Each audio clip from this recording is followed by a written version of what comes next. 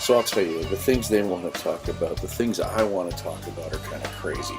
It's stupid stuff in Jeff's head for 200, Alex. What are we talking about, Jeff?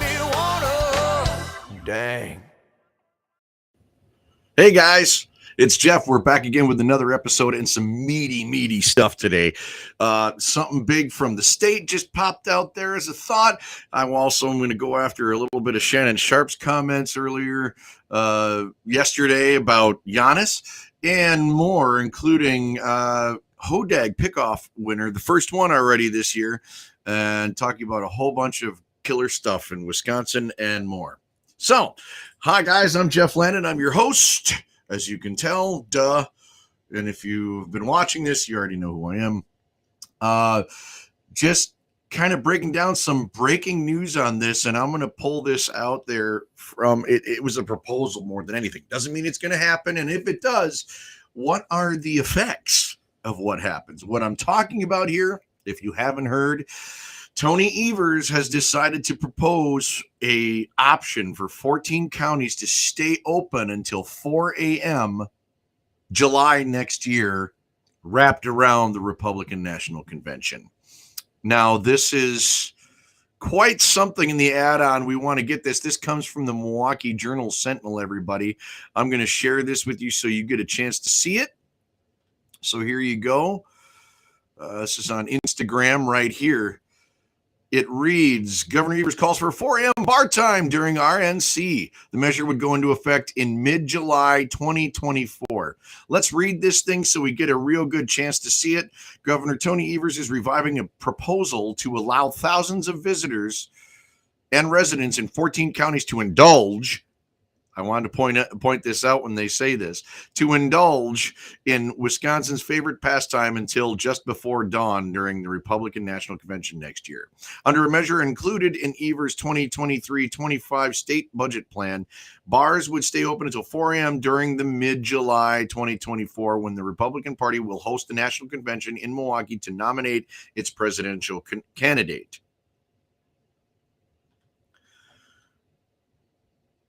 I'm hoping you guys are leaving stuff in the comments right about now. Get in my comments, talk to me a little bit here. This is interesting to me. And what really gets me, everybody, about this whole thing is it only going to be for mid-July when the RNC's here? What do they think? Okay, do the Democrats think, hey, Tony, slip them some alcohol? Like, one, we don't know how to drink, and you want to encourage problems by adding drinking to the whole situation and let them stay up all night and maybe riot, right? So is that what you're thinking? Or is this a proposal like Chicago or New York where bars are going to stay open just because, it makes more sense for money? So you think there's enough people in the Republican convention to stay open till 4, but not during a Bucks game or an Admirals game? Why do you think that is? I really think this is a, for lack of a better term, dick move by the Democratic Party. Because you're only going to do it to incite problems. You're not going to do it because it's actually a good thing in your mind. No way can you think this is a good thing. You're just going to do it and snicker off to the side. That's ridiculous. I hope you guys are catching that, and I hope you hear me out here because that is freaking ridiculous. You're just doing this to see if you can incite something. So, folks, let it happen. Let them go to 4 a.m. and you keep your own, Milwaukee. You walk the walk and don't turn into 1968 in Chicago. Be good. Be proper people and show them that we're not idiots. We're not over the top having to shove in your face what we believe.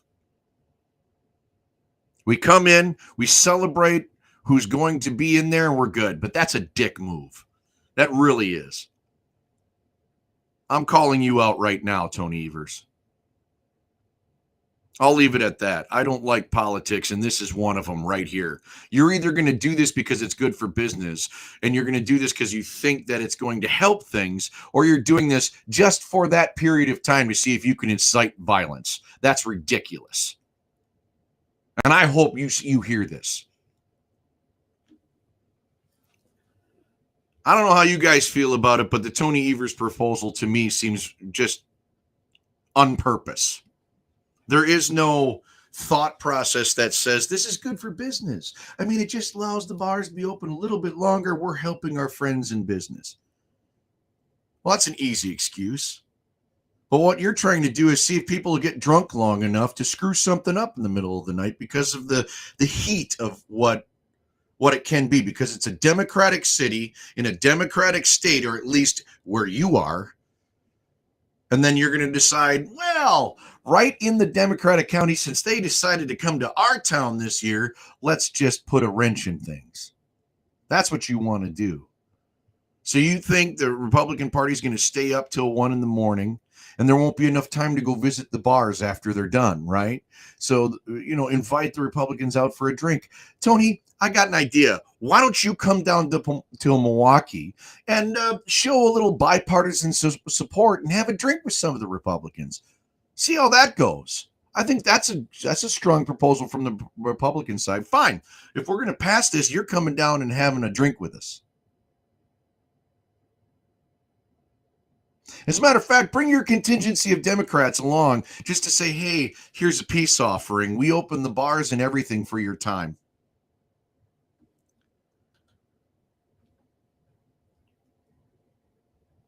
I mean, here's the same guy who treated Kenosha like the Republicans shouldn't be there. Like we shouldn't have anything to say. It's just stupid. But if you decide to do it, come on down and have a drink. I want you standing in the middle of that, and you think that you're going to make things better by doing this.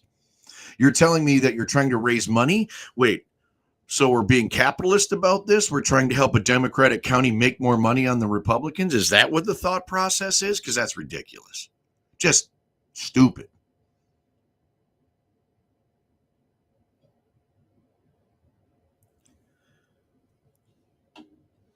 Instead of inciting problems, start thinking of things that help the whole damn state. If you're trying to help Milwaukee County, then either you're going to put the thought process is we have problems there. Are you going to go in and help people become better people? Or are you going to go in and decide to twist their minds education-wise? I mean, you are the education governor. I haven't seen you go in there and decide to make proposals that improve things for anybody in those schools. Not a one. But you certainly want to make sure the agenda is taken care of as far as making sure that they learn how to be something different now and learn how to be something in their lives that was never there before, didn't have to be there before. You want to make sure they're up on current events and what we should be now. But you can't even help anyone have a better education in general, like outreach, like reading, like any of that. Like athletics, like trying to become a better person in general, not to just be nice to everybody, but to be stronger in your own motor physics, to be strong in your interactions with people in general, getting more activity when it comes to being a part of a group. Instead, you want to separate people out into groups that don't talk to each other. Start doing that for Milwaukee County, not just finding a way to take money from another group and then maybe cause a problem in the middle of it. You know that's exactly what you were thinking when you thought of this proposal.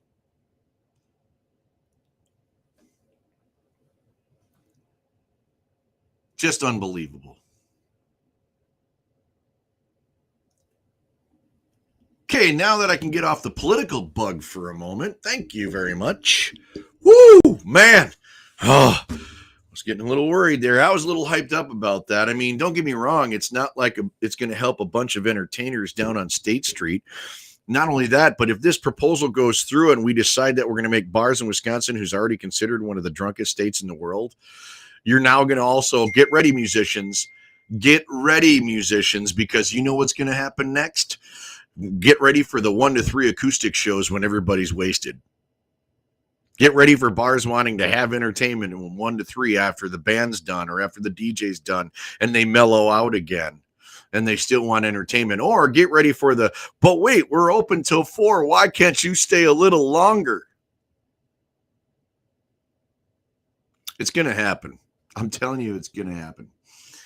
Well, I appreciate you guys watching. You're watching me on DAHL Media. What are we talking about, Jeff? What we were talking about is Tony Evers' proposal to allow bars to stay open, but it seems to be directed at only mid-July during the RNC. I can't imagine there's much more of a proposal that says, well, till 2025, since the budget's for 2025, that we're actually going to do this as an experiment to see if we can do it across the state. Problem is your hand won't reach to the heavy drinking small towns up north. And you know this. And you're also, here's another one with Evers' proposal that gets me. This is on the heels of him saying that now on your first offense as which don't get me wrong, driving drunk is dumb. I'm going to say that first. Driving drunk is dumb. But his proposal a couple months ago was to make stricter laws on the first offense that you have to put a breathalyzer in your car. Well, you'll up the economy by having more breathalyzers in there because you know that the numbers are already going to say somebody's getting busted right away. Then on top of it, you're going to add the opportunity to drink longer. Good job. So you want our economy to go upside down and inside out when people are already having a hard enough time going to a day job. Now you just want to let them drink longer, give them drugs, let them smoke marijuana all the time, and let them do a part-time job for 4 hours, have them 3-4 part-time jobs because that's where life is going. There are still people waking up at 8 in the morning because banks still hold hours called banker's hours, between 8 to 4, 7:30 at the earliest, 5 o'clock at night. And those banks close. There's no money rotating except for in business. Yes, we have digital now. We have digital. So you can move money. You can do PayPal. You can do all that stuff. So it doesn't matter now, right? But those banks still drive a lot of the businesses to drop off their books. There's not a lot of companies that are still taking cash that are passing stuff off on digital. They still have to drop off their envelopes during the day. They still have to do things with a drawer full of cash. So you're still going to have businesses driven 8 to 5. There you go. All right, I'm off it. You guys can go in the comments here, leave me something if you believe this to be a good thing or a bad thing. You tell me. You think it's a good thing that a Democratic governor in a Democratic run state in a Democratic city wants to allow things around that Democratic city to go till 4 a.m. You think this is truly just for business? There's my other question. Do you think his proposal is truly just to take advantage of good business and take advantage of people being out during the Republican Party? How many, I guess you could say it ups business for, do you think the more people who are coming in for the Republican Party, they're all going to go need to eat? Okay. So they're going to need to eat at a bar till 4 in the morning, or is it just because they're going to go drink and celebrate one night? But you're going to allow it for that week because what? More workers? I just don't think the cash flow for the county is worth the extra time. I really don't. I think there's more to your decision. There really is. All right. So we're going to move on to sports, everybody. I need a break from that. Man. Oh. Have my coffee. There you go. No sponsors here. Not at all. Yeah, wow, that really got me. Here's another one. We're going to go into sports, and one of them that I just caught that I'd like to play for you. I can't necessarily show it, so I got to play it for you a little bit here, everybody. But something that was said, I'm going to... I understand you on the Daily Show, Skip, and you make light of certain situations, but certain things that I'm going to pass on this one. Correct. And that's the thing, Skip. Just because they wrote it up there and said, I think this will be good, nah, because I already know how that's going to come off. And so he's had this before. Skip, remember the All-Star game, and they ask you, "You're not going to take James Harden?" Like, no, I want somebody that's going to pass me the ball. Well, how do you think James Harden's going to take that? How do you think Kevin Durant's going to take this? Not well. But Giannis, you got to remember now. You talk about carrying a team. Remember what you was doing before you traded for True Holiday. Remember what you was doing before Chris Middleton became of age. Let me tell you what you did. You lost before you got a Holiday. You lost in the Eastern Conference Finals. You lost in the Conference Finals. You lost in the Eastern Conference first round. You lost in the Eastern Conference first round. So you weren't carrying anything anywhere. You've turned into an unbelievable player. You are a top 3 player in the NBA currently. Yeah. But let's not pretend that you've been doing this your whole career, bro, because you haven't. No, because I don't think they hired him for the idea that he was a superstar right off the bat. And don't get me wrong, Jordan wasn't in long in college before they decided to pick him either. Shannon makes some good points. I don't think you want too much of the heat that Giannis put out there. But, again, this is more like a roasting. There's reality to this, and every one of those players talk to each other. Every one of those players laugh about what the media says. And you want to make it a point to think that Giannis would actually call out KD. It's not like they play one-on-one. It's not like it wasn't pointed out that he doesn't have a good team around him. So Shannon Sharpe is looking for fodder here. He's looking for people to watch. But the thing that gets me about freaking out about that, and then the points you make, the points lead right towards Jordan. They're not comparable necessarily to say that a few years in, he was in championships. But think about this. It took Jordan, he was drafted in what? Was it 83, 84? 84, right? And so from 85 all the way to, what was it, 91? Right? That's 6 years before he became a champion. And you could see some parallels there to think that Giannis grew up as a player and did some exciting things in the beginning. Jordan had a lot more control over his team than Giannis did in the first years. Like Jordan improved the team like that. Giannis had to learn a few tricks here and there, but he showed things that were brilliantly big. But you're also comparing a 6'6" to a 7'1" player. There was a lot of different potential. And he was like 6'11" when he first started and grew a few inches because he was so young. So, I mean, there's parallels to how they grew as champions and to how strong they became, right? So, I mean, you're basically paralleling the idea of what the Bulls did for Jordan. Yeah, they brought in a really great player. I'm not going to say, I wrote on a comment Cartwright, but, they rotated Oakley out, put Cartwright in. They went and got Harper, not Carter. Oh, my goodness. I have to go back to Instagram and fix that. But they brought in Ron Harper, who was a great player with, I believe the Knicks, possibly Cleveland too.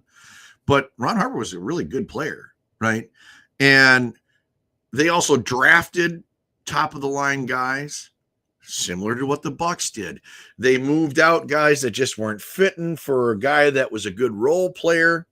Doesn't sound too difficult after all. I mean, don't get me wrong, but you brought in Lopez, and he's become one of the best defensive centers, much less offensive center.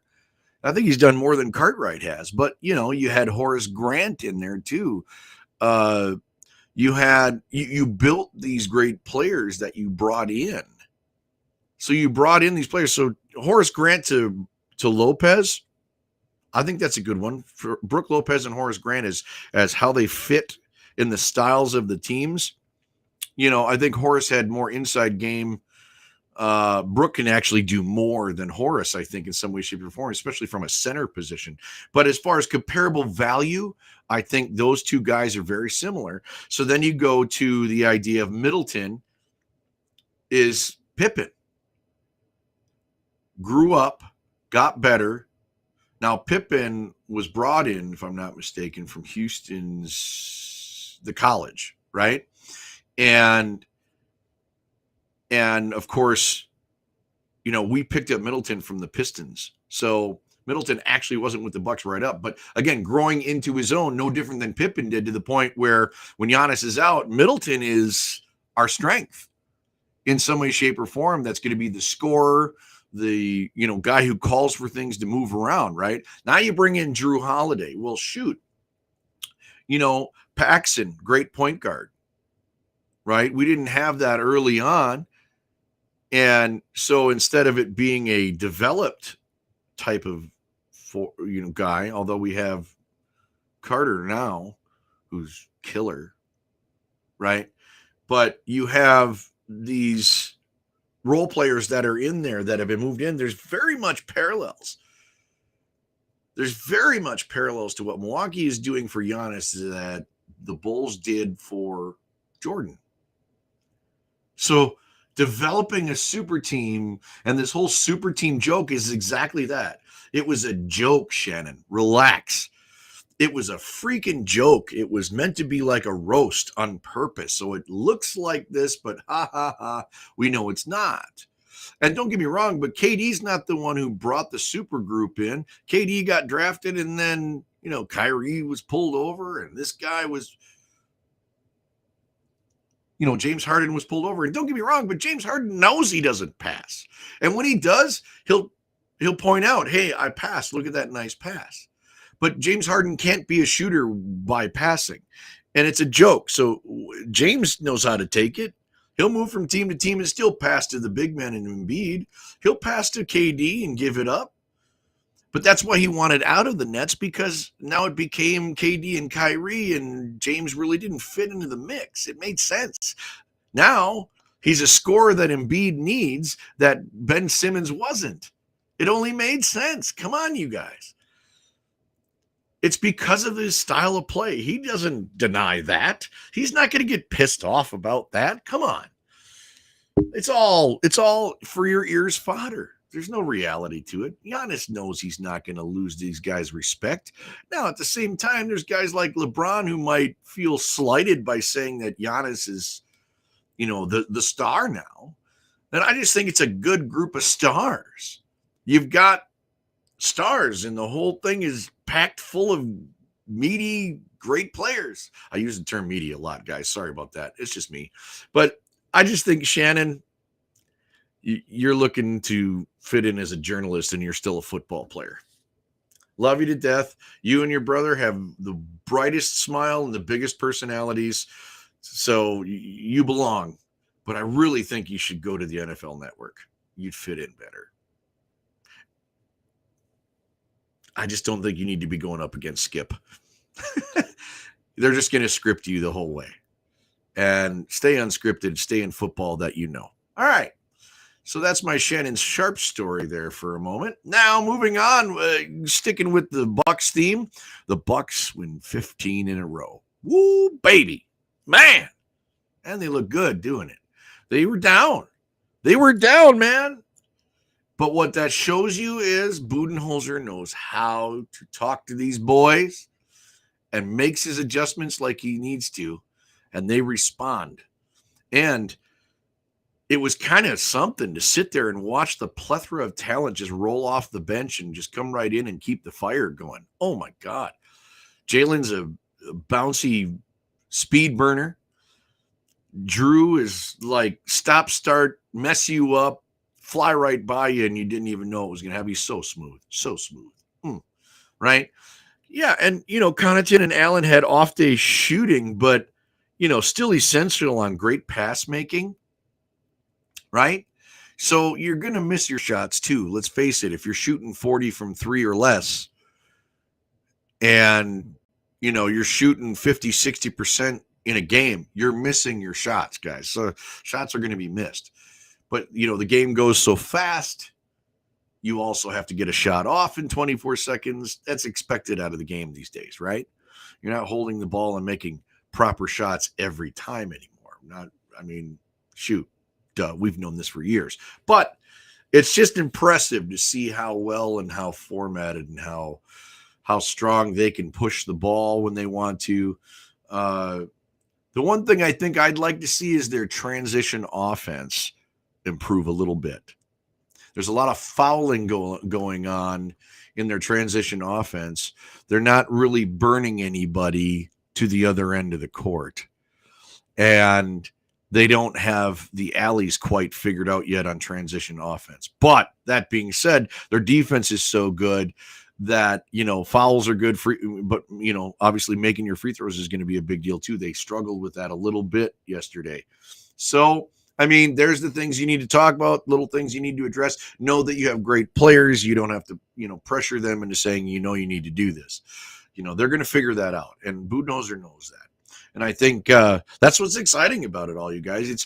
It's small mental adjustments, and maybe a area of their game that they can really turn on would be the offensive transitioning when they make steals.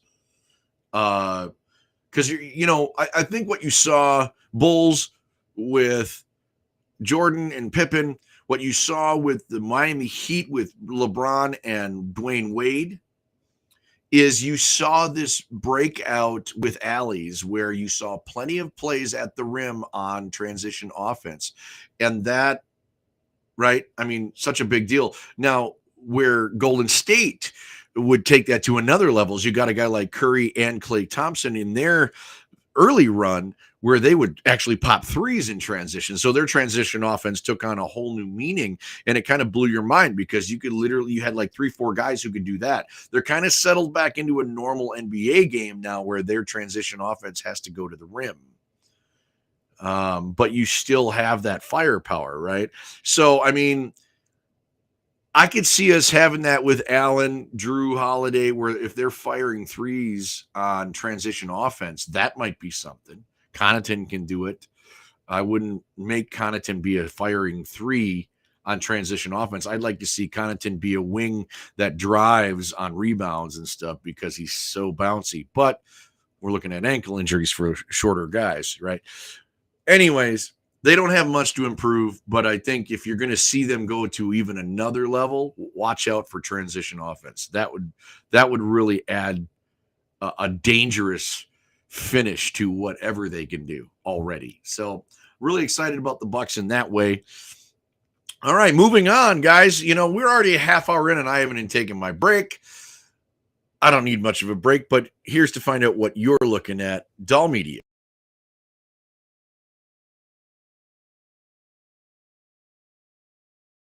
So I'll tell you, the things they want to talk about, the things I want to talk about are kind of crazy. It's stupid stuff in Jeff's head for 200, Alex. What are we talking about, Jeff?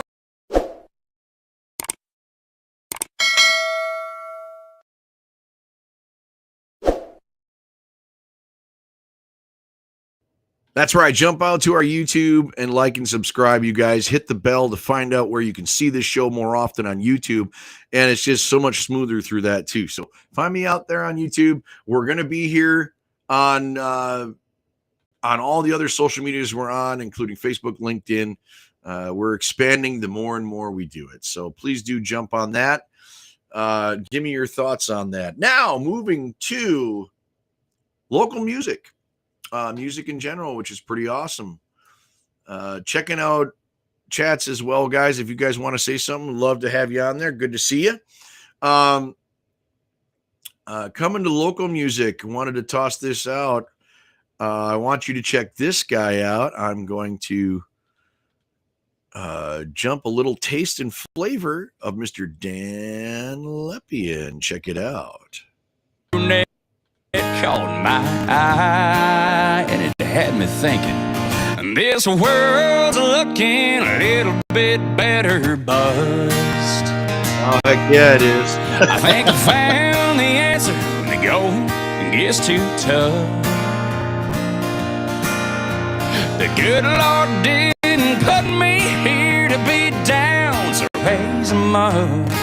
Yeah, this world's looking a little bit better buzzed.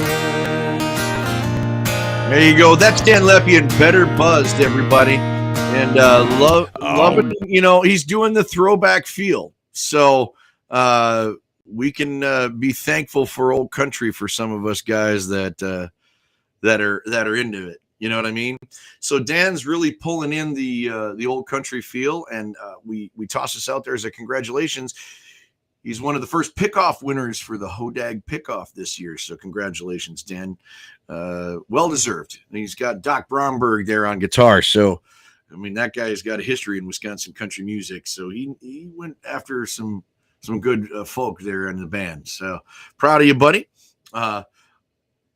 Still some news on my side, whether it happens or not. Brandon's been talking about maybe going into throw their hat in the Hodag. You heard it here. Shh, I have no idea yet. I just don't know the busy schedules of everybody that was in Brandon at the time, whether we're going to be able to pull it together for Hodag yet. But who knows? At the same time, I've got my group High Country going on, and we've got gigs coming up. I'm doing so much too. I love Hodag to death, though. So Hodag, know that. But what I got coming up this Friday, I'm going to be at JR's Saloon in Polonia, Wisconsin at 7 p.m. doing a cool acoustic show, and love the intimate shows. Just get a chance to really talk to people, and you're in more of a close quarters realm where you can almost tell stories. You can almost enjoy just really kind of affecting people's moment right there. So we're having a lot of fun doing those. These track shows too have been pretty great. There's a few videos. Appreciate John Pollock putting out there. Some of the stuff I did is Tim McGraw and Travis Tritt. Those are artists that really have influenced me. So I have no problem singing their tunes, pulling in a little bit of a look. Growing the hair out so much, I look like the old early days of Tim McGraw when I'm putting on the hat, but I don't look like anything like Tim McGraw right here. So just know that it's a tribute for sure. But that's what I'm doing coming up Friday. I've got a private party. I'm hanging out with some friends up in Merrill and Antigo, and playing for a family member up there as well. So here's to you, everybody, having my coffee for the morning. As we're getting to it now, I mean, we're almost late morning. I'm still milking this coffee from Quick Trip. Hope you're enjoying the show. So I guess, that's kind of my feature for Dan right there. The local music thing I want to keep doing to promote our local music. And in my case, I'm going to probably push country a little bit more. You rock bands, if you want to message me with some of your material and stuff, I'd love to show you up there. And any artist really that's watching this, if you guys want some media time and you think that I'm an effective nature of bringing you forward, come on and let me know, in my messages. You can inbox me at Facebook or over at YouTube, LWENTWI. That's Lone Wolf Entertainment.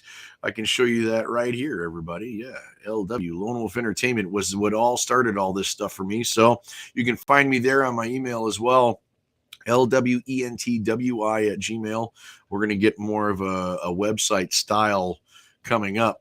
But you're watching DAHL Media. Now, that's something that started underneath everything. I wanted to kind of catch everybody up. This is the early stages of my season. So when I talk to you about this stuff, here's the coolest thing. So when I started DAHL Media, the name came from something interesting. The name, I wanted to involve my family because, you as a person, whatever you think of to be original, you think of what surrounds you. And my family surrounds me. So I've got DAHL Media. And what that was Dakota, Aurora, Heather, and Liam, all into one word. So it's an anagram. So that's where DAHL Media came from. And they're included in the idea of why I would do something like this. Because why I would expand out to you guys and think that my opinion matters is because they're over my shoulder going, Dad, we see you doing what you do, and we think people would want to hear it more than us. Because I probably told them enough stories to make them cringe. But if I have this talking gift for Gab and it means something to me, and I think it could make a difference for other people than just me. I mean, that's my biggest belief, is I believe when I talk about things, I just feel like it could move more than just, it's not just for me, right? I mean, anything you do should have an influence on your own surrounding world. So there is a touch of selfish nature. If you think about it, there always could be that hint, right? But the idea is that when you want to speak up and you want to say something, it's because not only does it affect you personally, but it affects other people that you could see have just as much success, your neighbors. And in this case, when we're online, it's our neighbors in business and neighbors, friends out there, like in Milwaukee, Green Bay, La Crosse, all these people that I know across the state. And as a matter of fact, like this one, what I'm wearing right here, you guys might not even know this, but they were nice enough to hire Lone Wolf Entertainment and Gig King Productions to do their first few years doing the Midwest Original Music Festival. This is Damian Christ, Damian out there. Here's to you, buddy. We had fun being one of the first ones to do it. We weren't meant to be outdoor necessarily with our full rig or anything, and they pushed our envelope to figure out how to get it done, and we had quite an adventure through all of them, and we'll have to bring those up in episodes someday of some of the adventures. I'll bring Kevin on, who worked for Gig King through that time as well, and even probably some of our guests would be awesome to have on here. Some of the people who actually worked as independent contractors under us during those events, because we've got stories and funny things to talk about, and even some critical stage stuff that kind of put realizations on what leads to your future. And so a big shout out there to Mom Fest, as we called it, Midwest Original Music Festival, not even allowing a cover, and that's huge. You could expand more if we did this again. Christ, Damien, I'll put your link out there if I can. But that's a whole nother era we could do another show about completely, and I'll bring Kevin on for that. Moving along our list of things as we're coming up to our end of our second 20. Now, I was late on my commercial. We went 30 minutes there. Wisconsin music, I want to talk to you about this. Happy birthday to Mr. Lee Turner. That's right, the keyboard player for Darius Rucker. He's a producer. Got his first start out there with Kevin Sharpe as far as national attention, but he had been here with a band called RPM when they were in their early stages, and he has just done wonders all the way into Nashville. And it's so exciting that he produced my third album, and I'm very proud of that fact. I feel so good about what that product was. And, anytime I want to get a chance to talk about Lee, I will throw him out there every time. He is somebody who definitely knows quality in music, who definitely has a great attitude in his career and how he handles business as well. So happy birthday, Lee Turner. Proud of you, brother. And hopefully this gets back to you. This guy should be in the Wisconsin Hall of Fame for what he's done in his career. Although he's moved to Nashville and done that, a lot of people in Nashville know him for being a Wisconsinite, and he's very proud of that fact as well. So there you go, Wisconsin music in general. Whammy. There's a thought process. Lee Turner, that guy's done a lot with his career, and he makes Wisconsin proud every time. So that's kind of where we went to. I was going to go to high school sports last episode, never got to it, and that's okay. We'll get out there. We've got a whole bunch more to talk about in our last 20. I've been watching on and trying to kind of do current news events.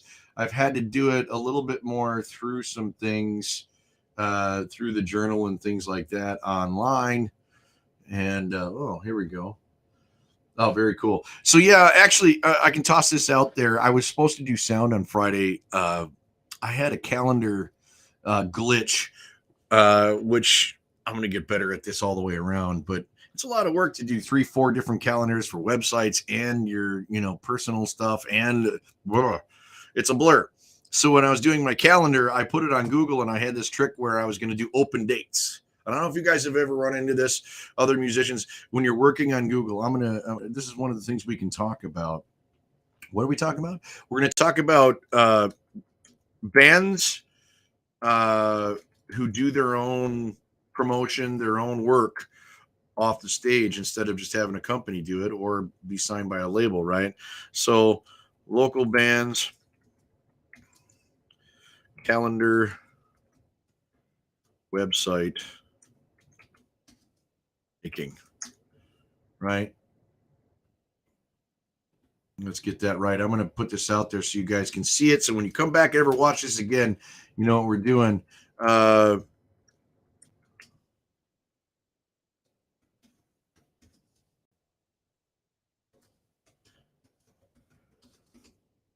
This is something for experience, and I really hope this could be an improvement if we talk about this some more, right? So I'm going to toss this out there. Local bands, website making, calendar, Google issues, apps not working together. Like an app I really love right now is Band Helper. Used to be Stage Pro or something like that, where you could do a set list. You can work your material through it. You can actually play on stage with a metronome and talk to each other. I believe this was under the same one that I remember seeing Road Trip had this, where I saw DJ had a little screen down below for his set list and stuff. And if we wanted to make changes, it literally communicates to the other band members too. So you can literally have a set list on a phone. So don't let it fool you guys. Some of these bands out there that have that phone or tablet out front, some are using them for lyrics, but there is this new app that, helps the metronome start, communicates to the band in silence. So it keeps it a little more pro and smooth. Allows the front person to talk about things between songs a little more efficiently. If you want to go through all that trouble off stage, you can. Most of us, we try to learn all this stuff where we're savvy on stage already. And we're well versed and well practiced. That should be the number one. But for those weekend warrior bands, this thing really kind of can business like frame in your show to be really smooth and really cool. So we've kind of started using it in high country and in the petty things, where we can set up a set list. We can send it to each other. We can send new gigs through the whole app. The app's great, except when it comes to the calendar. To use the calendar and to know how the calendar can work towards fans. Now, this is where I ran into with Whammy, the idea that, are we focusing on the fans or ourselves? And my thing is if I'm doing all this work to get the band ready, how come it can't simultaneously work to update fans? So it seems the disconnect between any of these apps is that there's a disconnect between the band work and the fan work. So now, like, okay, I'm the head of a lot of things that I do. I know Angelo was the head of a lot of things we did in Stetson and Lace, and he already has to do all that work off stage just to keep us 120 dates, 130 dates a year, sometimes down to 60 dates a year if it's not efficient, right? And the more efficient you can get, the less things you have to do, that you can focus on schmoozing, doing the things, meeting the people, doing all those things. I want to meet fans. I want to be interactive with fans and be able to show them things quickly. And so, the easiest way was to just make a Google Calendar, put it on your website. So then whenever it updates, it automatically updates your website. You're not dealing with that, right? But now I can't put that into the Band Helper app, or not simply. And maybe it's something I'm missing. If you guys know, put it in the comments down below or whatever that works. But maybe I'm missing that part. There's not many apps that work well with either, if you use Google for business and things like that, and you're strong in that communicate to Google. Okay, if Google's not the one, then if I use your calendar app in your sector, or you pay a bunch of money through Wix to have a calendar through them, that doesn't communicate. But you could do it that way. There's the way where, if fans want to put it in their Google Calendar, we put all the work out onto our website, and then you can steal it onto your phone, onto your Google Calendar, onto your Apple Calendar. You can steal it that way so you can keep it in your notices too. So there's that. Here's the education for fans. It's a lot of work that we're doing. So, if you're looking for us, number one, most bands have their own website. Go look at their website before you ask a question on Facebook like, where's that? Where are you playing? What are you doing Friday? Did I spend all this time going online? I know you're a friend of mine, and maybe you know my cell phone number, and you can text me directly, and you think you're getting it from the horse's mouth. But what did I just spend all that time going online and making a calendar for, and buying a website and doing all that if you're not going to look at it? Because if you want to know about my band, I just spent all that time putting it out online, and now I have to individually hit you guys up. I'm going to do that. I'm going to message you. I'm going to do my best to tell you. But I always get these messages when I'm literally setting up for the gig. Where are you at? What are you playing? So now I'm literally trying to plug a wire in and text you at the same time when all that information's out there. That's the hard part. Like, I hate being a jerk. I don't like sounding like a jerk. But I did spend a lot of time, guys. It's out there online. The information's there. If you click on the wildest one for me is if you click on a Facebook event that I've made, and then you ask me where the gig is, when you can literally click on the map that's right there.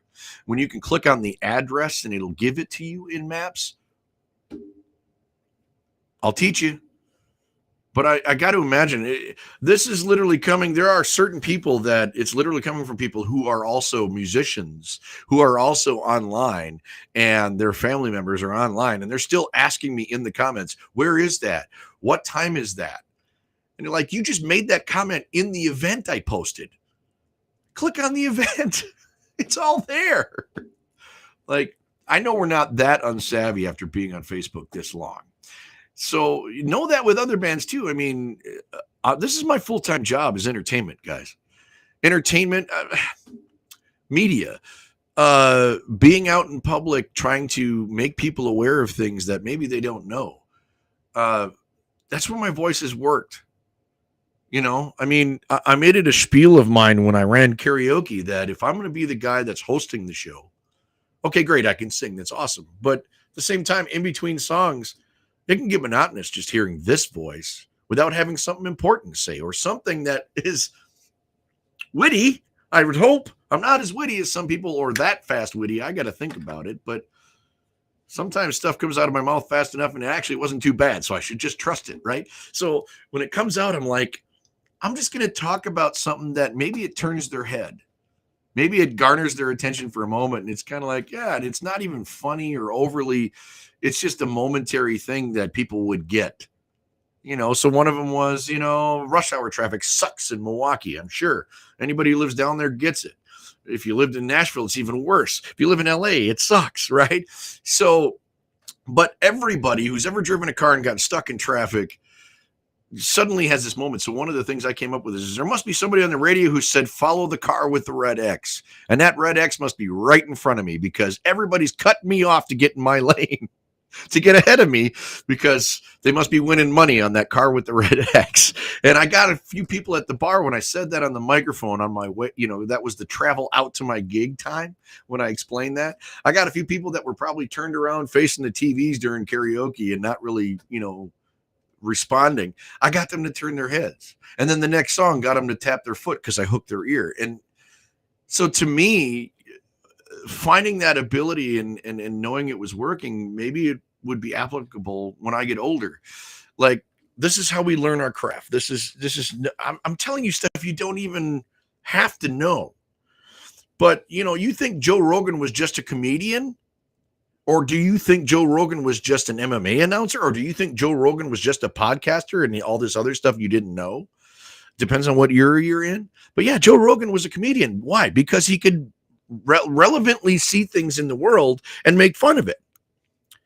And then he had an interest. He had an interest in MMA, and people knew it. And he was expressive about it to the point that he ended up making it a career. That, you know, 10-year, 15-year window still going to this day. He's still in that window of doing MMA. And so for me, singing became the thing, going out, you know, doing karaoke, playing an acoustic guitar on a riverfront when I was a kid, all of a sudden turned into, hey, come play at a coffee house for $10 an hour and tips. Awesome. And then I realized if I'm going to play tunes, how can I hook somebody's ear with a really good song? So, you know, there's the day when it's play the most modern song that people have heard on the radio that they love. That's a big hit, and you'll hook them in. Then play that song that nobody's heard in a while, or is a deep cut that you seem to perform well, or you feel really good about when you perform it. Because feeling good when you're performing, that's huge, right? Those are the tips. Feeling good when you're performing is a big one. So if you're wondering what we're talking about, folks, we're in the third 20 minutes in my show. And one of those things we're talking about is how do you apply your craft from things you've learned? And for you singers out there, maybe, or for you performers out there, one of the things is I'm going back to when I played at a coffee house, and what I learned right at the, you know, off the bat is if you feel good performing, if you feel good inside about the performance you just made, that let that fuel you, because what I did hear from people is like, when I really enjoyed performing this particular song, people go, I had a guy walked up to me and go, that's what I want to hear all night, dude. That was you. It felt like you really loved that. And when I first heard that, I was kind of like, yeah, like, okay. So it must have stood out. Something I did really enveloping in that song, because I loved it inside, expressed all the way out to their ears. And that's what made the difference. Not whether I'm good at all. It was, are you better than what they've already heard because of that song? Now, all of a sudden, that leads me to, if I can take that feeling and decide every song I play should be one I love. And that doesn't mean I take a song. I'm gonna put that on there, guys. That's great. Performance tips is what we're going to add to the show now. All right. Performance tips from Uncle Geoff. I think that's going to be a new series on here, you guys. Performance tips from Uncle Geoff. There you go. And in this one,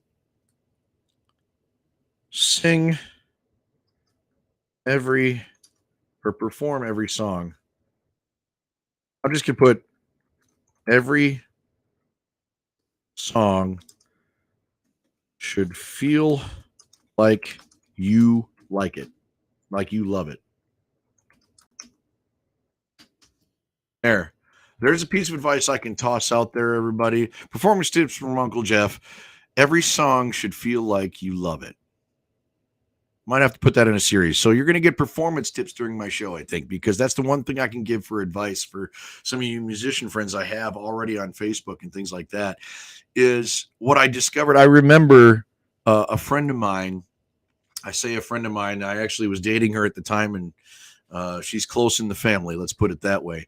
But I remember doing a certain song. Now, there's a bunch of cover artists out here.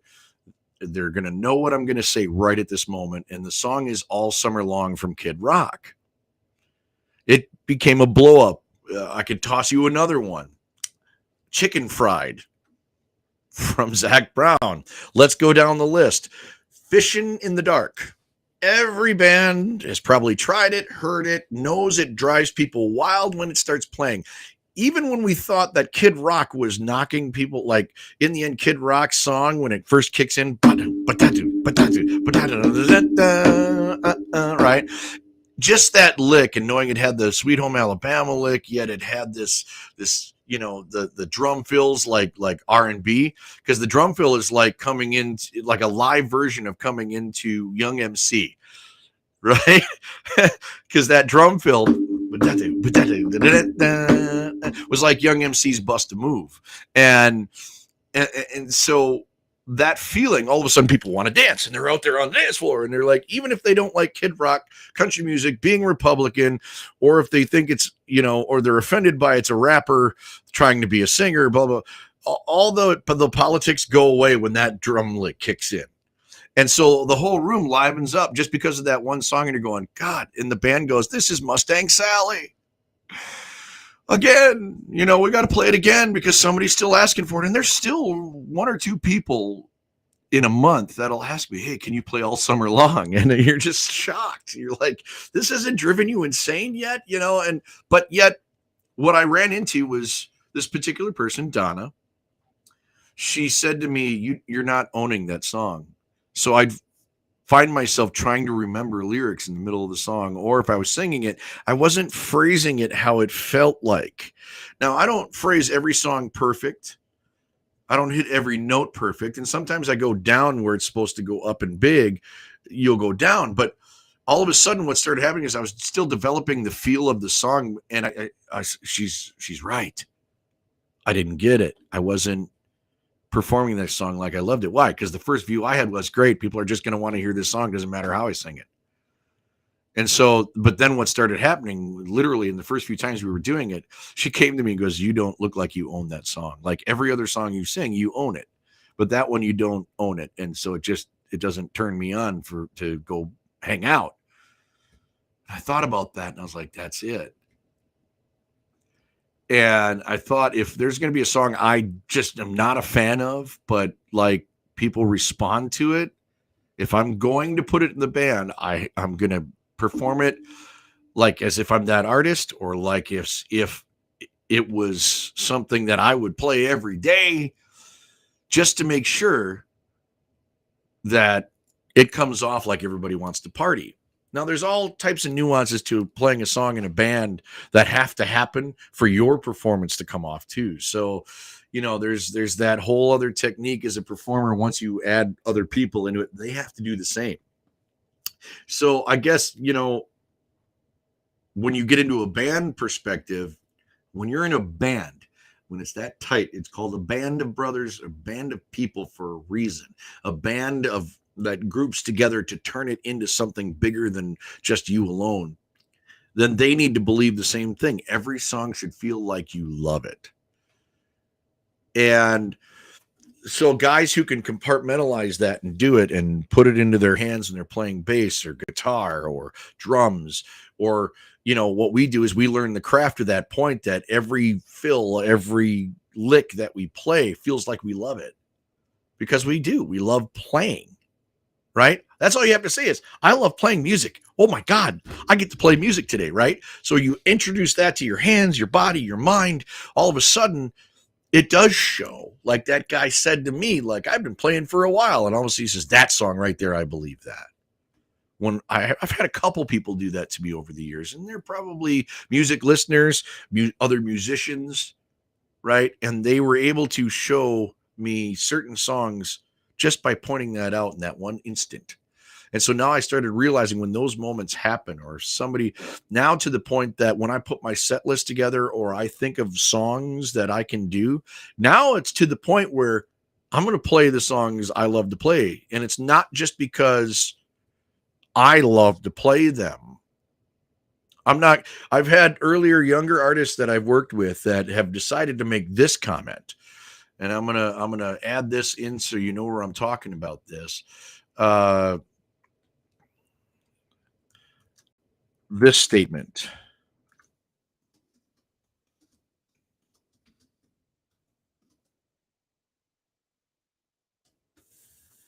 This statement. If you guys have heard it, you'll see what I'm saying. I'm going to play what I want. When you're just frustrated with the room and somebody comes up and says, I'm going to play what I want, and you'll like it. That's kind of, you know, it doesn't feel good, right? I'm going to play what I want. Or I'm going to play what I want because that's what they like, because people are going to like what I play. You can have that kind of confidence. It's a confidence thing, right? Like, I know I'm picking the songs that you're going to want to hear. That's an attitude. That's a perspective.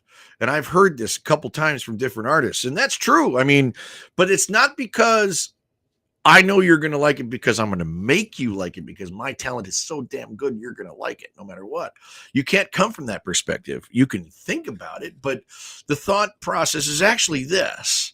I feel strong enough about my performance of this song that you will like it. Then if you don't, I'll learn. I'll learn quick and I'll pick another one. But yeah, I mean, as an artist, you should feel to the point that when I perform my original material, you're going to see it. I'm going to perform a song you never heard, and you're going to like it. That's a hope. That's a goal as in confidence in a performer, that we come out there. It's not because you're going to tell somebody, I'm going to play this song whether you like it or not, because I'm the one getting paid. That's a bad attitude. It's not about the money. It's not about any of that, right? So when that statement comes out of somebody's mouth, it's probably from somebody who believes in their product enough. And I've heard stories of certain people who are very prominent in our local area who have said this at a show. And somebody came back and told me they said that at a show, and took them I took it at face value. Like these guys were just jerks, or this person was just a jerk.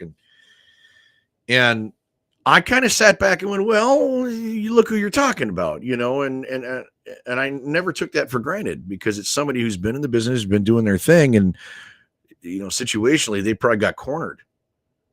And we've come to a conclusion, and I say we, if it's not true, put it in the comments, guys. but I say we in the sense that if it's not true, then I'm wrong. I'm highly wrong.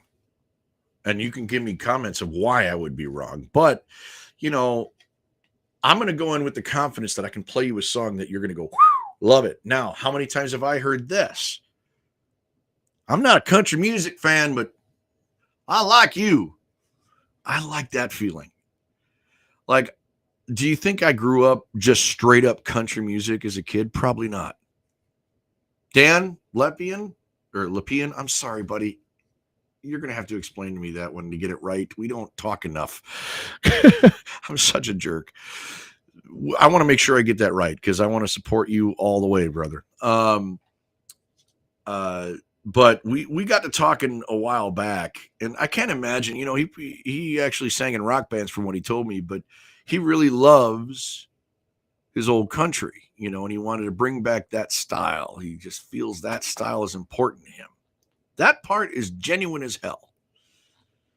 And so I want that to drive him to doing it well without it being plastic, right? He's not going out there trying to be plastic, even though he's doing something that probably didn't grow up with, but he's doing something he always loved and always felt in his heart. And it came out later. And so for me, I mean, I grew up with all types of music. I preach this all the time. And people go, well, you're a country singer. Oh, really? I said, no, I'm a singer, and country music is what gave me an opportunity to be good. I think that's more what drives me. And so I'll gladly be considered a country musician. And I take that badge with honor. But I got to tell you, I love singing Night Ranger. I love singing stuff that like challenges me as a vocalist. I grew up with Def Leppard and how maybe non-organic the initial vocals that were recorded from Def Leppard, but yet wanting to make it sound like that without digital, without any kind of wild effects. Could you sound like this, real thin and airy, like they do in some of the recordings without all those effects? But then we found ourselves sitting in a car looking like Joe Blow Brother, drinking a few beers, going, rah, rah, rah, rah. Yeah, I think I sound great. So then it was like, how do you really do that when you put a microphone in your face? Or how do you really do that when you're just sitting with a guitar? And in some ways, I found myself, I didn't have that voice. I was not Ronnie James Dio. I was not Rob Halford, you know. I was not these guys who are just, you know, you put a microphone in their face in a big arena and they sound awesome. And I'll bet you, like Steven Tyler, the instant he walks into a room and gives you, he sounds great. Not me. So it's not my thing. But with country music, it gave me a consistency to sound good. And so I gladly take the mantle of being a country musician. And honestly, I found my life steering that way too. Like I had friends who were outdoorsmen. My family was more of an outdoors type. We did things physically with our hands, and we were blue collar type people. And the wives were very supportive, and they looked at their significant other as somebody they should do things for, and vice versa. The husbands looked at the wives like, I'm going to do a project around the house or a project in your world that helps your world. I say this with that kind of empathy. I want you to know that, like, the way it is now, the way the world is now, women shouldn't be cornered into just being barefoot and pregnant and in the house cleaning. You're right. I never looked at them like that, though. But I did look at, if I'm going to do something, if that's where their life was, if they're supporting me and they're doing something, like my grandma was an organist. So what would my grandpa do to find a way to support her? He would sing at weddings that she would play at, that she would offer him up because he had a wonderful voice.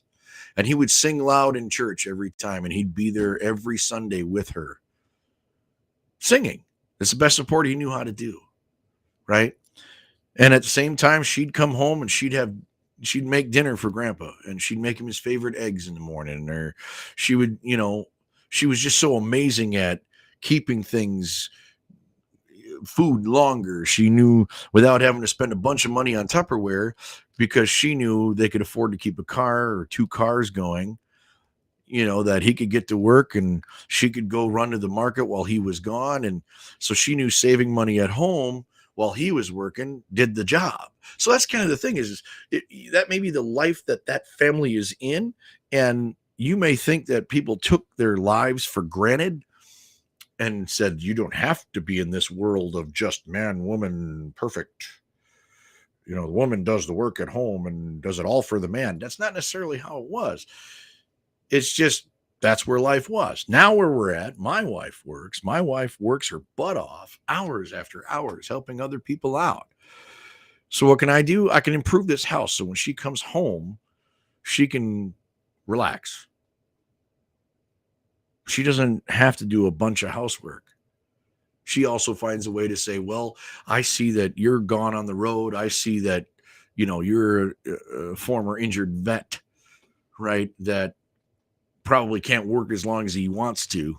And so she finds somebody between our money to hire to clean the house once a month, right? To at least get the nitty gritty cleaning. So that way, if I can't bend down on my knees for hours, at the same time, I'm going to still try and bust my butt to make a bedroom that's bigger, to drywall, so we don't have to hire a guy to do that. But, my days are numbered being able to do those kind of things over and over and over again, right? So we find ways. And one of them is this. We get online and we, hopefully someday I'll be making money at it. I ain't making no money doing this. I just am glad to bring an opinion out there to everybody. We've already passed our 20 minutes, everybody. So I'm sucking at this today, but you're watching DAHL Media. I'll bring up a new episode here probably pretty soon because it seems like I got a lot to talk about. What are we talking about, Jeff? Oh, you're watching DAHL Media.